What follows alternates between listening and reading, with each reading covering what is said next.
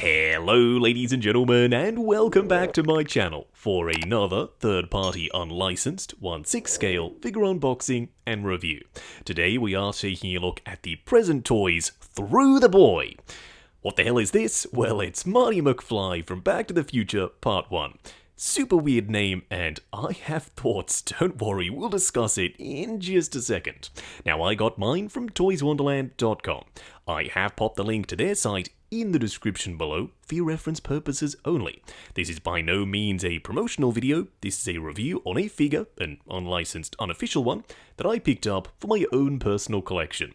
While you are down in the description, why not hit that subscribe, bell notification icon, and join button so you're notified as soon as a brand new review goes live on the channel. As for the box art, present toys, what were you all thinking? Through the Boy? What the hell? Now, maybe this is some kind of Google Translate mishap, but at no stage in the process did you think to check this? Because this is so freaking weird, but at the end of the day, it's just the box art. It doesn't really affect the figure.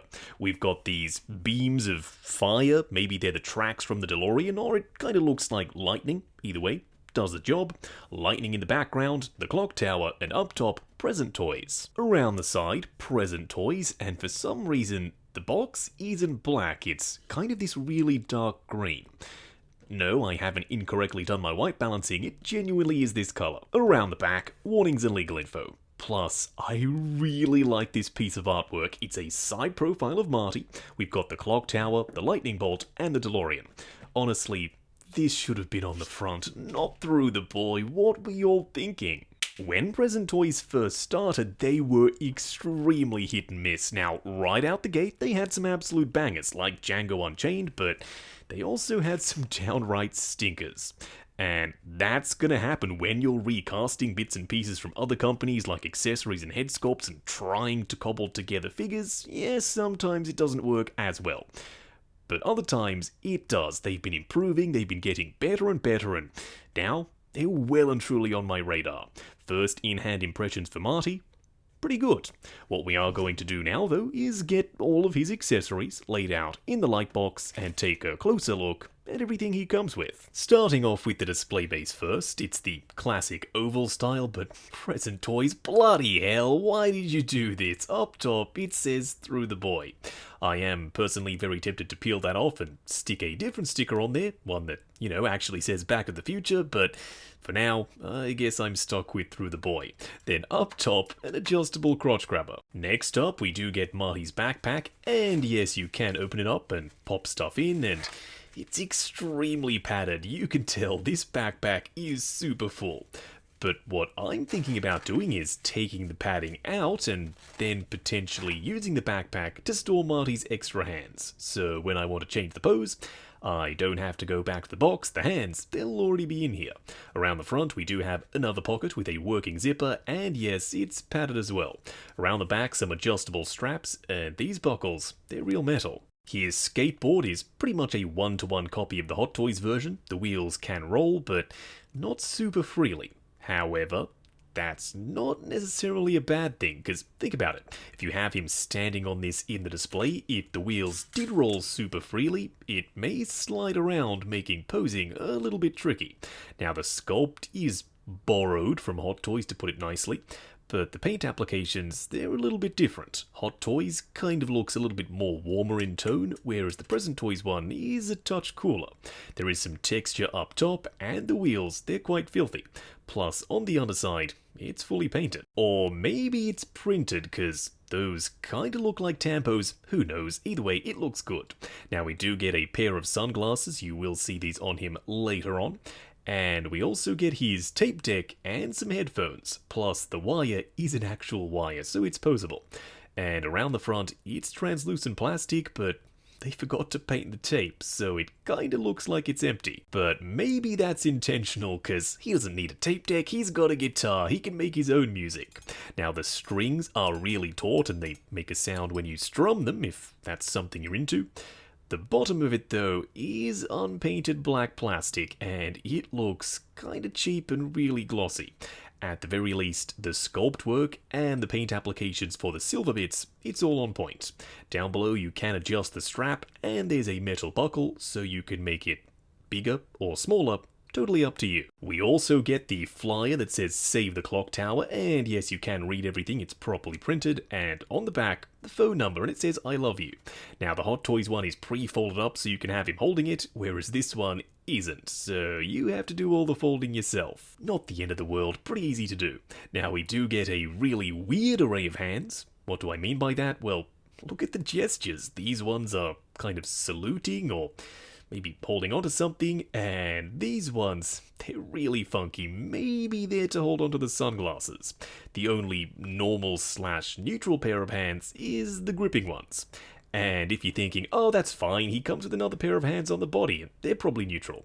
No, he doesn't. This is the full array. Currently, the figure isn't wearing any hands at all. Now, at the very least, they're nicely sculpted with some wrinkling and also some fingernail detail, plus there's some vein work and skin texture, but not really sure what they were doing with these hand gestures, because they're kind of peculiar. What we are going to do now, though, is get Marty McFly himself out here. Standing straight up and down in the light box, no crazy poses or accessories or anything like that. Present toys, you see, they haven't come to play. No, they've come to win. And this figure comes very freaking close to being my new favorite Marty in 1/6 scale. But there are a couple of super small, very minor, very easy to fix things that Present Toys absolutely could have done that just let this guy down ever so slightly, and yes, we will be discussing those things in just a second. Here and now, going through my mental checklist of what makes a good figure, proportions, yep, tall-ish and lanky, but short enough to be Marty, absolutely. The way the outfit hugs the body, the textures of the fabric, and the colors, ticks across the board. And the head sculpt, even from a distance, you can tell exactly who that's supposed to be. It's Marty McFly. But one weird thing with him just standing here, what the hell are those hand gestures? I'm still not sure what they did with the hands. Why do we not have closed fists or neutral, just open palm hands? No idea. Up close and personal, kicking things off with Marty's head sculpt. Look at this cool cat with his shades on indoors. I can't fault him for that though, they do look really good. Now they do plug into the sides of his head sculpt, so it looks slightly more natural. Actually no, way more natural than the Hot Toys ones. Because the way they worked was goofy as hell. The arms literally just spread out over the sides of his head sculpt and they stuck out like a sore thumb. This is so much better. Now, unfortunately, they're not super accurate because in the films, the lenses, they were a mirror finish, whereas here, they're translucent plastic. Now, when you remove the glasses, please be super careful because those arms, they feel really fragile. Also, now that we have taken them off, those holes, they are pretty visible. Not as visible and egregious as the new Hot Toys Doc Brown from Back to the Future 1, but still, they are something to be aware of. The likeness to Michael J. Fox, a young Marty McFly, absolutely there from most angles. The skin texture, the kind of furrowed brow with the open mouth expression, absolutely works for me. I like the way the eyes are painted, and I really like the way the hair's done. Both the sculpt and the paint applications, you can see a little bit of scalp poking through up the top. Now, his neck is nicely sculpted and painted with skin texture to match the head sculpt, but unfortunately, I reckon it looks a little bit long.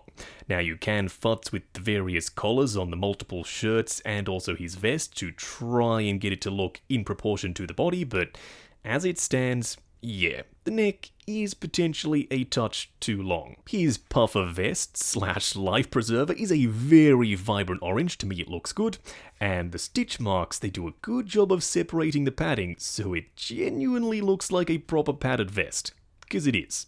Around the front you have some faux buttons and some proper pockets so you can have his hands or something else in there if you so choose.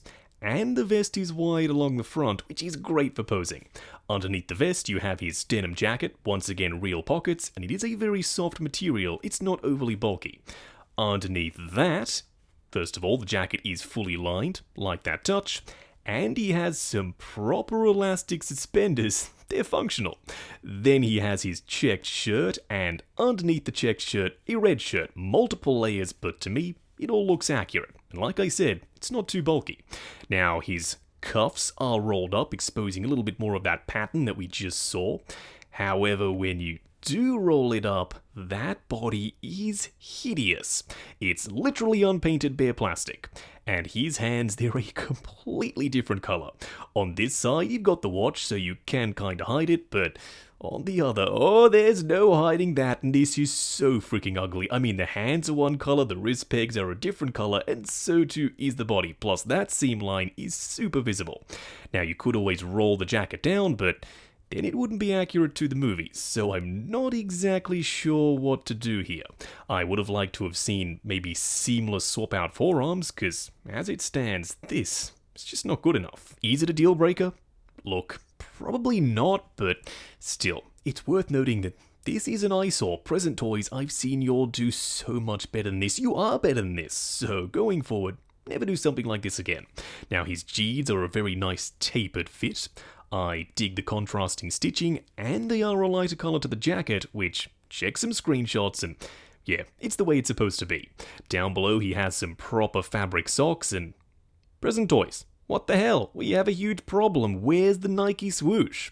Now, I'm pretty sure what's happened is they were a little bit too lazy and they recast the Hot Toys shoes, but you could have painted the swoosh on, because that's one of the biggest bugbears a lot of people have with the Hot Toys version. Because they're supposed to be Nike Bruins, but as it stands, they're just boring white shoes.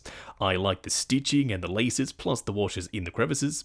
And on the underside, that's some super HD tread, but Nike swooshes should pretty much be everywhere. I'm really scratching my head trying to think of why they didn't do it, because they absolutely could have. Very quickly, I know, we have to move on, but just wanted to mention that if you pop his headphones around his neck and have his cassette player just kind of dangling around his pocket where it's supposed to clip onto, it does almost entirely solve the long neck issue. Now, it's still present from certain angles, but from others, it looks way better.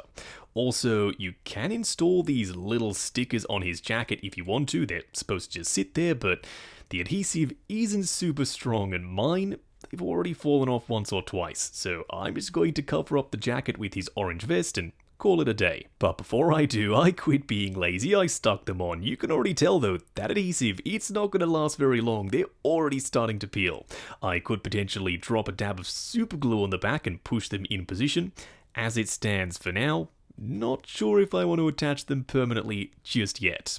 I also have him wearing the headphones. Totally a display option that can work, although they do have to sit quite far forward, otherwise they look really goofy. Because the hair is sculpted, unlike real people hair, where the hair would conform to the shape of the headphones. So, sculpted plastic headphones on sculpted plastic hair, who would have guessed? It doesn't work super well. All I can say though is now that I've spent more time with this figure looking at this head sculpt, the more I see it, the more impressed I am. I really like this sculpt. For a quick side-by-side comparison, on the left, the Present Toys Through the Boy, and on the right, Hot Toys Marty McFly from Back to the Future Part 1, the 2.0 version. There's no contest, the Hot Toys one is the better of the two, but if you can't get the Hot Toys one, or you don't want to spend as much money on a second Marty to just display inside the DeLorean, yeah, absolutely, the Present Toys one will work, but he's so much taller than Marty should be. Compared next to the Hot Toys one, you can see Present Toys, he's an absolute giant. Now, I'm not sure if that's down to the ankle connectors, or just the body, or maybe the height of the neck, but either way, he's significantly taller. But then again, who cares if he scales well next to another Marty, unless of course you're putting together a Martyverse display, but chances are you're probably not. You're probably picking up this Present Toys Marty to display with your Hot Toys Doc Brown. And if you are, well, look at Doc's expression. Even he's shocked that it's totally doable. Marty is still shorter than Doc Brown. I thought the height was going to be an issue. Now, granted, he should be even shorter than he is, but at the end of the day, this is still really displayable. What about a super zoomed in comparison, I hear you ask? Well, here we go, the new Hot Toys Marty on the right and the Present Toys version on the left. Now, the expressions are similar, but the Present Toys head sculpt, it's not a copy of the Hot Toys one. I'm pretty sure they've copied someone else's Marty head sculpt. The hair is different, the furrowed brow is different, and there is a little bit more sculpted skin texture on the Present Toys one. Which one do I prefer? Well, it's a really tough one. I love the Present Toys one, but I'm kind of leaning towards Hot Toys. Also, just as a side note, if you do get the Present Toys Marty and you want the sunglasses and you balance them correctly, they are compatible with the Hot Toys one. Now, there aren't any holes for them to plug into, so like I said, you literally just have to balance them. And next to the Hot Toys 1.0 Marty on the right, huge difference, night and day, I give the win to Present Toys hands down. The Hot Toys one was good for back in the day, but even they themselves knew that they could do better. That's why they did the 2.0. I like the expression, but the likeness is kinda questionable, and that skin tone is far too dark, whereas the Present Toys one, way more realistic. Going over articulation, it's a true type body with a full fabric outfit, so you pretty much know what to expect here. Nevertheless, if you don't, let's still go through the boy. See what I did there? Through the boy? Moving on, starting off with his head sculpt, it's on an articulated neck with a ball joint at the bottom and a double ball peg up on top. Combined looking forward to there, looking up to there, swivel and pivot side to side.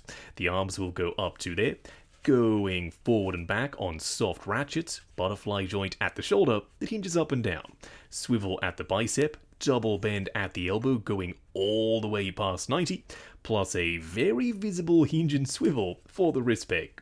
The torso crunches forward and back, swivels and pivots. The legs will go forward to there. They will go out to there, restricted slightly by the tightness of his jeans. Swivel at the upper thigh. Double bend at the knee going the full way. And lastly, a double ball peg for the ankle, good for forward and back swivel, and pivot side to side. Wrapping up on Present Toys Through the Boy. I had to mention it just one more time, but we all know it's Marty McFly from Back to the Future Part 1. Now, going into this, I was excited. I had high hopes. Present Toys, you see, they've been getting better and better. They've been improving on their head sculpts and their accessories and their tailoring, and this guy's no exception. He ticks all of those boxes, but at the same time, there's also a little bit of weirdness. He's too tall, the base says through the boy, very questionable choice, and his wrist pegs plus his forearms, they're completely different colours and way too visible, plus the forearms, unpainted plastic. Everything else, though, is kinda great, so if you don't have a Hot Toys Marty and you've been waiting for this one, then I reckon you're gonna be pretty happy. But in saying that, if you do have the Hot Toys 2.0, stick with that one. It's still the superior of the two. Because if you displayed multiple Martys together in like a multiverse or a Martyverse, if you will, this one's going to tower over all of the other variants because they've used a body that, like I said before, is far too tall. Scaling next to Doc Brown though, totally works. Now, do bear in mind, this is third-party, unlicensed. It's an unofficial figure made by Present Toys. Now, I got mine from toyswonderland.com. I have popped the link in the description below for your reference purposes only. This is by no means a promotional video. This is a review on a figure I picked up for my own personal collection. While you're down there, why not hit that subscribe, bell notification icon, and join button if you like the sound of seeing your name in the end credits of my reviews. Like, comment, and subscribe. We'll catch you in the next video.